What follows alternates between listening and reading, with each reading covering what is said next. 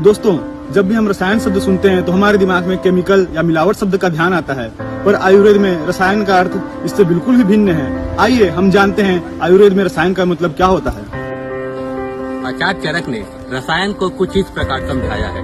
दीर्घम आयु स्मृति मेधा आरोग्यम तरणम मया प्रभाव वर्ण शौर्यदार देह इंद्रिय बलम परम वाक सिद्धि प्रति कामति लपते ना रसायनम लापयो ही सस्ता नाम रसादिनाम रसायनम।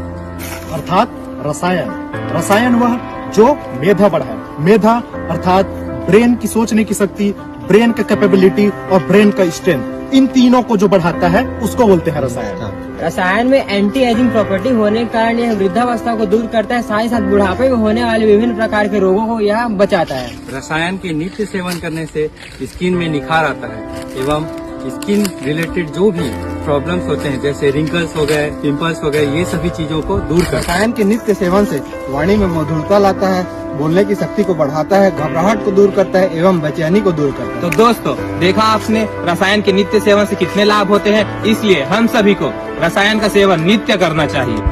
रसायन का मतलब जय धन्वंतरी दोस्तों, पिछले वीडियो में आपने रसायन के बारे में जाना। अब आपको बताता हूँ उन्हीं रसायनों में सबसे श्रेष्ठ जिसका वर्णन आयुर्वेद में साक्षात ब्रह्मदेव ने किया है, जिसको बोलते हैं ब्रह्म रसायन, उसके बारे में। आचार्य वाग्भट ने ब्रह्म रसायन को कुछ इस प्रकार उल्लेखित किया है।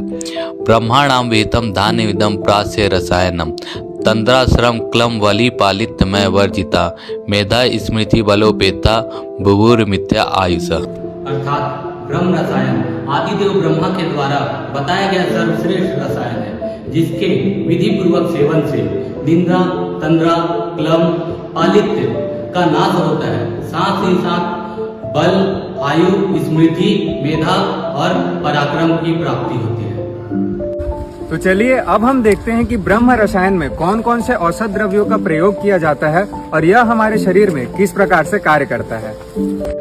ब्रह्म रसायन में ब्राह्मी महत्वपूर्ण औषधि है। मिद्ध रसायन के अंतर्गत ब्राह्मी, शंखपुष्पी, ज्योतिषमती, मुलेठी बताया गया है।